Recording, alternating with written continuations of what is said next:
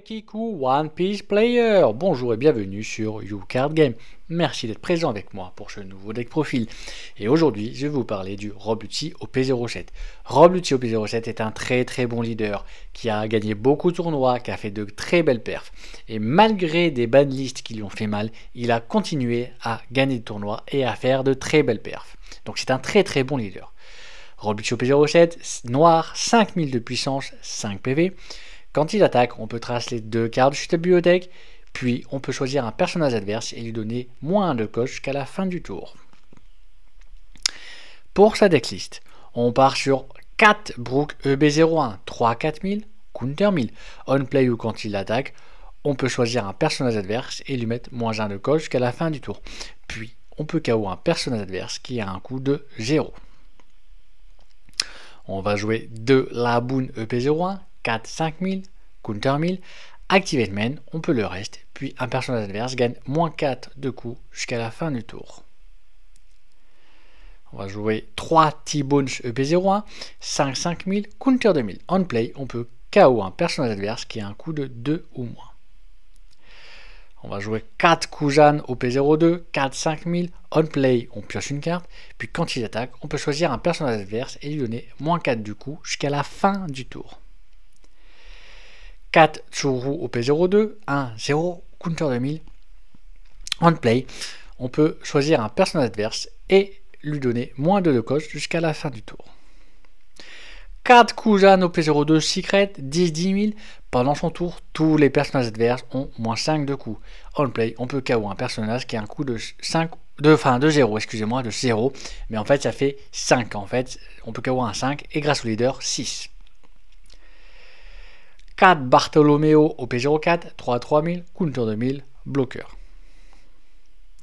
4 One-Legger Shoulder OP05, 2-0, counter 2000. Activate main, on peut le mettre dans la trace et faire qu'un personnage adverse gagne moins 3 de coche jusqu'à la fin du tour. 4 Mancheri OP05, 1-0, counter 1000, activate main, on peut payer 1, on peut rester personnage, retourner 2 cartes de sa trace en dessous de la bibliothèque, dans n'importe quel ordre, puis on peut récupérer un personnage noir entre 3 et 5 de coups et le mettre dans sa main. 4 Rebecca OP05, 4-0, counter 1000, bloqueur, on play, on peut retourner un personnage noir autre que Rebecca qui a un coût entre 3 et 7 de sa trace dans la main, puis on peut jouer un personnage noir qui a un coût de 3 ou moins, depuis sa main reste.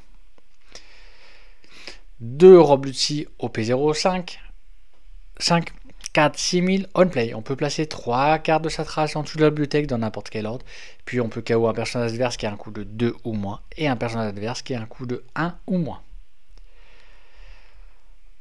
4 Zack OP08, 7, 8000, ce personnage a plus 4 de coups, donc en permanence sur son de bataille, puis activate main, on peut rester ce personnage, piocher une carte, tracer une carte, puis on peut KO un personnage adverse qui a un coût de 3 ou moins.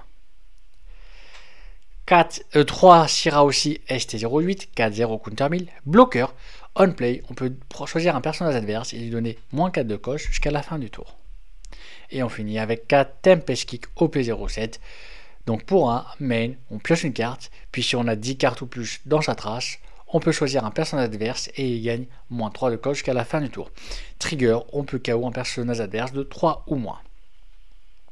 Donc, le Rob Lucci, c'est un deck, il veut go first. Alors, il va pas être mauvais go second, mais il veut vraiment faire le go first pour avoir l'agressivité et avoir l'ascendant d'attaque et pouvoir faire facilement un Brook qui KO un 2 ou moins.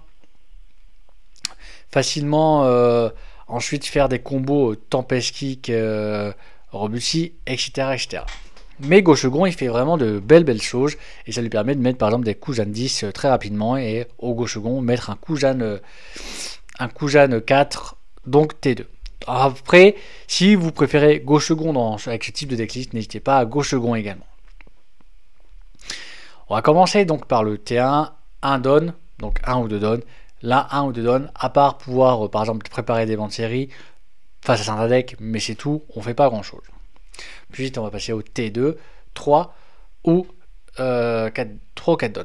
Donc en fait 3 ou 4 don, ça va dépendre de la situation. Soit tu es en go first face à des decks, on va dire, qui commencent à mettre des petits bloqueurs et tout, et tu vas commencer à attaquer avec le Rob Lucci, faire des -1, et jouer le brook pour préparer le brook pour le one attacking.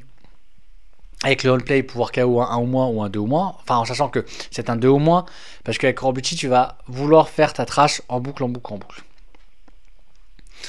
En sachant que tu veux arriver avec tes set-down rapidement pour ton jack. Donc, soit tu es en gauche second. Et en gauche second, tu peux préparer un laboon. Pour le tour d'après, par exemple, un brook. Ou un D-bones. Ou alors, tu peux carrément préparer un Kuzan pour piocher ta carte. Donc tata draw, et en plus tu prépares un -4 sur un personnage adverse que tu vas pouvoir KO par exemple avec un brook. Ensuite on va arriver donc au T3. T3 c'est 5 ou 6 dons.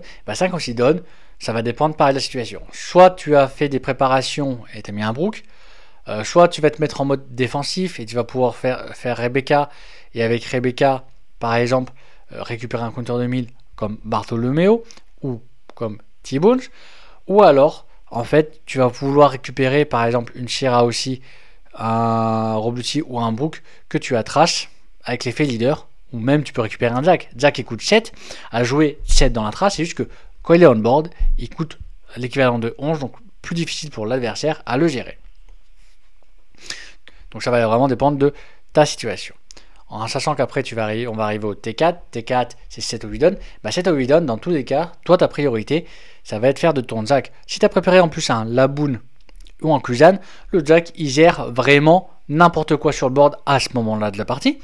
Parce qu'en fait, c'est 4, 5, 6, 7, 8. L'adversaire, il y a très peu de chances qu'il a joué un coche de 8 ou plus. Alors très peu de chance, je ne veux pas dire qu'il ne l'a pas fait. Surtout si c'est un deck contre le Flippy Purple où il a peut-être pu jouer un cost 9 par exemple, à ce moment-là de la partie. Mais toi tu peux commencer à gérer du gros coup. Des gros coups. Et en fait il va commencer aussi à piocher en boucle et à gérer le board en boucle. Ensuite, on va arriver au T5. Et T5 c'est 9 ou 10 dons. 9 ou 10 dons, tu peux à 9 dons faire jouer ton Jack. Si tu as préparé des Laboon, Kuzan, faire tes attaques, commencer ton agression sur l'adversaire. Et avec tes et si tu as 10 dons, tu peux juste jouer un Kuzan. Et en plus, tu peux, quand il arrive on play, tu KO un 6 ou moins, car il fait -5, il KO un 0.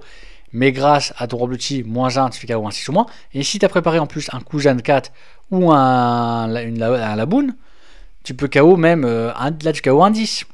Clairement, parce que 5, 6, et ça fait 10. Tu as aussi le brook. Si tu l'as en jeu, si tu as attaqué avec, par exemple, tu peux KO, peut être -1. -1 et KO un 7 si tu n'as ni Kuzan ni Laboon. Tout va dépendre de la situation. Et le but après, ça va être de vraiment toujours faire un tour de préparation, par exemple avec Kuzan et Laboon.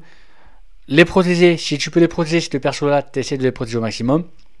Pour pouvoir après enchaîner tes Kuzan.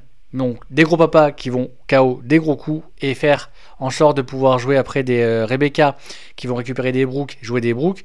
Parce que après si ton brook il est KO, c'est pas grave. C'est pas grave, tu vas pouvoir le récupérer. Le plus embêtant, c'est le Laboon parce qu'il a on play et one attacking pour KO. Le plus embêtant à protéger, c'est le Laboon ou Kuzan par exemple. Parce que le Laboon des Kuzan, faut récupérer avec Rebecca ou avec Monterry, puis après le jouer. Autant Laboon ça va, surtout si tu as déjà un brook, donc tu vas pouvoir jouer et l'activer de même. Par exemple, un Kuzan, c'est beaucoup plus compliqué. Parce qu'en fait, le Kuzan, le tour où il est joué, tu fais pas grand chose. Il faut attendre un tour supplémentaire donc, pour pouvoir attaquer. Donc voilà, ça va vraiment dépendre de la situation, mais c'est vraiment un tour de préparation et un tour à boucle. Le plus important, c'est d'avoir ton brook. Et ton brook, en fait, c'est pour ça qu'il y a 4 Monterry, 4 Rebecca. C'est que pour être sûr de toujours pouvoir récupérer en boucle ton brook et te dire ok tu me l'as KO, c'est pas grave, le tour prochain je vais le récupérer de la trace et je vais le rejouer. Donc pouvoir vraiment faire attaquer avec ton brook en boucle et donc tu gères le board adverse. Et une fois que le board adverse est géré, là tu commences à l'agresser. Donc voilà comment appréhender le deck Robucci. C'est un deck très gestion, très contrôle, donc et qui peut être très agressif sur son go first quand même. Go second, il va être beaucoup moins agressif, mais il va mettre plus de gestion à la comme les Kuzan par exemple. Donc ça va être plus difficile pour l'adversaire de garder son board. Dites-moi si vous avez joué Robloxy, si vous l'avez affronté, si vous avez aimé ou détesté le jouer ou l'affronter. Dites-moi tout sous la vidéo aux commentaires. N'hésitez pas à vous abonner et à faire un petit pouce bleu, ça fait toujours plaisir. En tout cas, moi je vous remercie fortement d'avoir regardé ma vidéo et je vous souhaite une agréable journée.